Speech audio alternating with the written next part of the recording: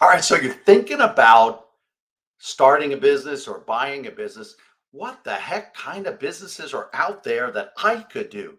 This was one of my biggest questions when I first stepped out 23 years ago.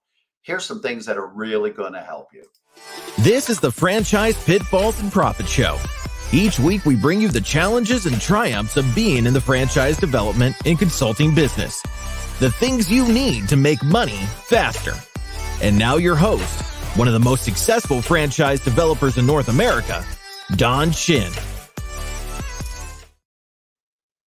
As you're walking down the road and we're talking about a roadmap for buying a franchise and getting into business for yourself through franchising, you want to consider the right kind of business for you. What's so great about franchising and so much fun about franchising is that you can actually make a significant industry change or industry shift without going back and having to get another college degree in another area.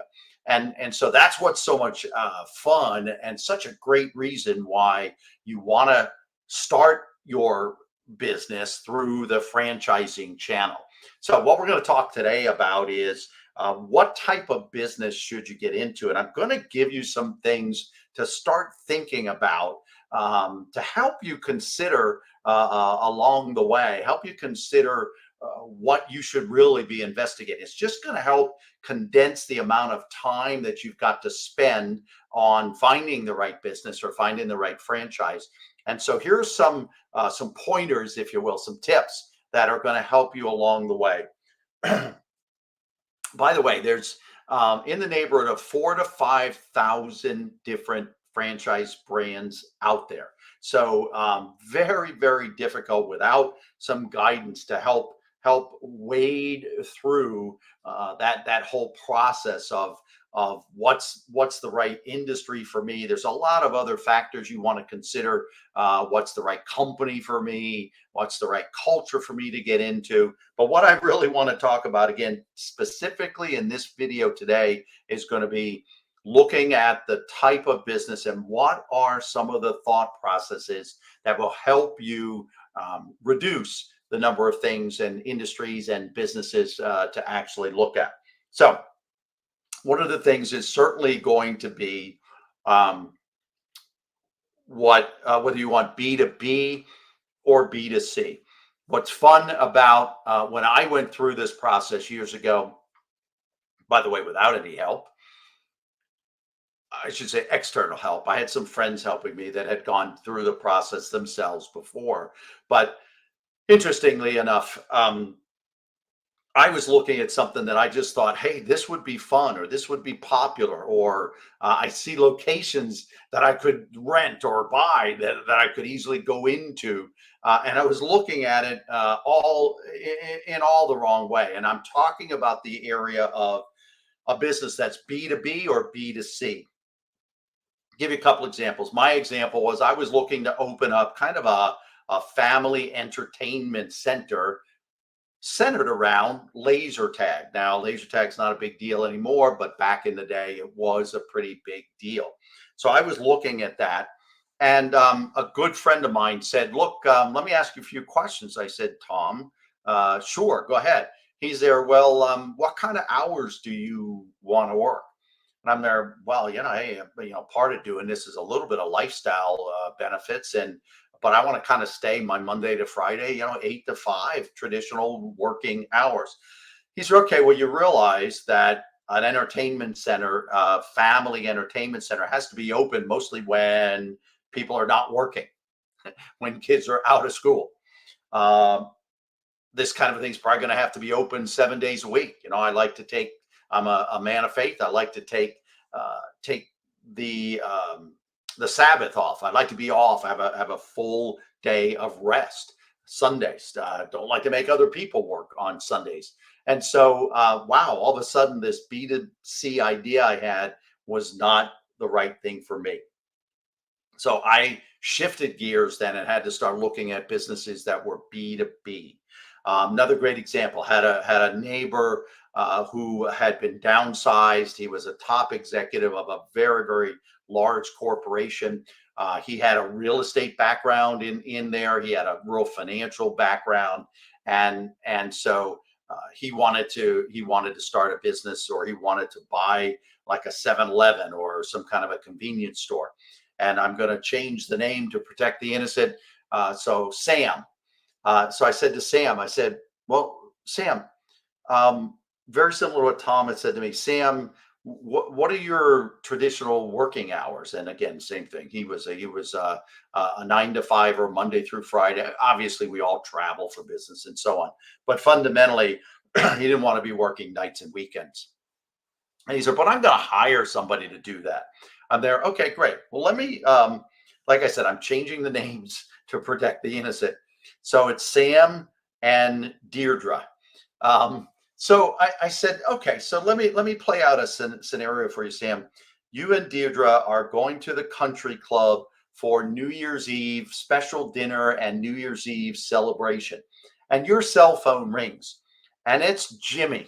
And Jimmy goes, hey, Sam, Bob never showed up. And I got to leave. I got plans for tonight. Bob never showed up to take the late shift. Who do you think's got to go in, Sam? Who do you think's got to go in? Who's going to ruin their celebrations and their dinners and disappoint their wives because some of your, $10, $12 an hour people aren't showing up for their slotted scheduled time to work? So my point is, find B2B, B2C, look at the kinds of businesses. This is going to very much help direct you. I'm not saying there are not people that make that shift. You certainly can, but just be aware of the dynamics of some of these shifts. Another thing is, what I already kind of hinted at this. What kind of hours do you typically work? Do you want a physical presence, like a retail shop of some sort, or are you more an office space, professional services kind of a business? Again, same thing. Look at what kind of hours you have traditionally worked. Take a serious look at yourself. Are you willing to make some of the sacrifices that you might have to make if you want to make that dramatic shift? But what's going to be better for you, and certainly for those that are impacted by making a decision like starting your own company, and that's your family, look at what any of these shifts, if you're dramatically shifting from what you've done for a long time, talk with your spouse, talk with your family, see what impact it could have on them, get their input. And then again, that's really going to help you narrow down the types of businesses that you want to start, and the hours that you want to work.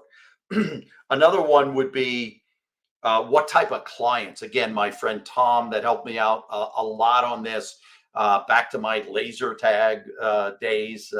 He said, what kind of clients? He's there. You want to get into a business where you would really enjoy the people that are walking in your door, if you have a door to walk into, or the types of businesses, the type of people that are running the businesses, or the type of people that are going to be your clientele. And again, my laser tag concept, not that I'm not making a judgment call on this, but a lot of these, as Tom said to me, a lot of these people that really frequented the family centers and the laser tag in particular back in that day, they were very much purple or green haired, pierced, body pierced kind of teenagers. And I just went, yeah, again, nothing against any of those things, but it was very interesting to me to say, yeah, but that's probably not who I really want to work with. That's not the client that I want to be engaged with. And so it led me to, for again, in my case, professional services. I could get a lot of the same fulfillment that I thought I would get helping families. I'm getting it helping people in their career changes. I'm helping people start their entrepreneurial journey. And so I get tremendous fulfillment like I thought I would get out of those businesses, but I'm doing it on my terms with the types of clients that I had, that I've always enjoyed. More white collar, executive, professional prospects.